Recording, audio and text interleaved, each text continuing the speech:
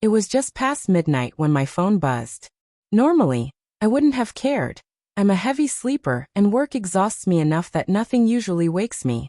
But that night, some instinct forced my eyes open. I reached for my phone, expecting maybe a work email or an alert. Instead, I saw the mirrored notifications from my wife's phone, something I'd set up months ago, never really thinking I'd use. Her text glowed on my screen. "I miss him." At first, I thought maybe she was messaging me, but then I noticed the name. It wasn't mine. It was Daniel. My chest tightened. Daniel wasn't a stranger. He was her ex, the one she had sworn was long gone from her life, the one she claimed she had no feelings for anymore. I just stared at the screen, my hands trembling as the clock blinked 12:07 a.m. My wife, Emma, was lying right next to me, her phone clutched loosely in her hand, the faint glow of the screen reflecting against her face. She looked so peaceful, almost innocent. But that text burned into my eyes like fire. I didn't wake her. Instead, I lay there, suffocated by silence, listening to her shallow breaths while her betrayal wrapped itself tighter around me. Another message popped up. "I can't stop thinking about you." My heart stopped. This wasn't just a random late-night thought. This was intimacy, longing, a confession. She had been giving her heart to another man while lying next to me in our marriage bed. For weeks, I had sensed something was off. She had been distant, distracted, guarding her phone like it was gold. I had chalked it up to stress, to her work, to maybe the fatigue of our routine. But now, the truth was right there, buzzing in my hand at midnight. I wanted to confront her immediately, shake her awake, demand answers. But instead, I forced myself to stay still, to let her words unravel more of the truth. Minutes later, Daniel replied, "I miss you too. I wish we were together right now." Her fingers twitched as she typed back, even in her half-asleep state. I angled slightly to see the screen. "Soon. He doesn't know. I'll find a way." Those words cut deeper than any knife. He doesn't know. She was talking about me. I was the fool sleeping beside her while she planned ways to be with another man. I didn't sleep that night. I stared at the ceiling, every second dragging like a blade across my chest. Memories of us, our wedding, the vows, the laughter, the years of building a life, collapsed into ash. By dawn, my heart wasn't just broken, it was hollow. The next morning, Emma acted normal, humming softly while making coffee, wearing the same smile she always did.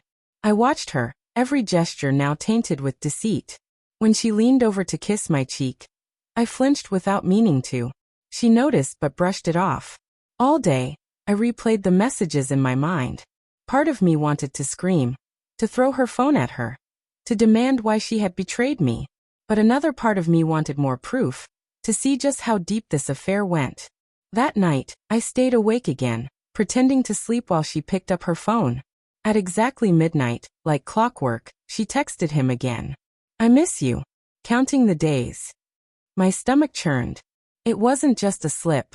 This was a pattern, a secret world she shared with him while I lay inches away. By the third night, I had all the evidence I needed. Their messages were no longer vague. They were filled with promises, with plans to meet, with words lovers share in stolen moments. Every "I love you" she wrote to him was another dagger in my heart. I couldn't take it anymore. On the fourth night, when her phone buzzed and she whispered into it, thinking I was asleep, I finally sat up. "Who are you texting, Emma?" She froze, her eyes wide, the phone slipping slightly from her hand. What? "No one. Just a friend from work." "A friend from work?" I repeated coldly. "At midnight? You text him that you miss him." Her face drained of color. How do you?" "I've seen every word." I cut her off. "Every single word you've sent him. I know everything." Tears welled in her eyes, but I didn't feel sympathy. Not anymore. "It's not what you think," she whispered desperately. "Not what I think. You told him you love him.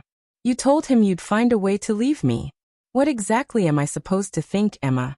My voice cracked with rage and grief. She started sobbing, reaching for me, but I pulled back.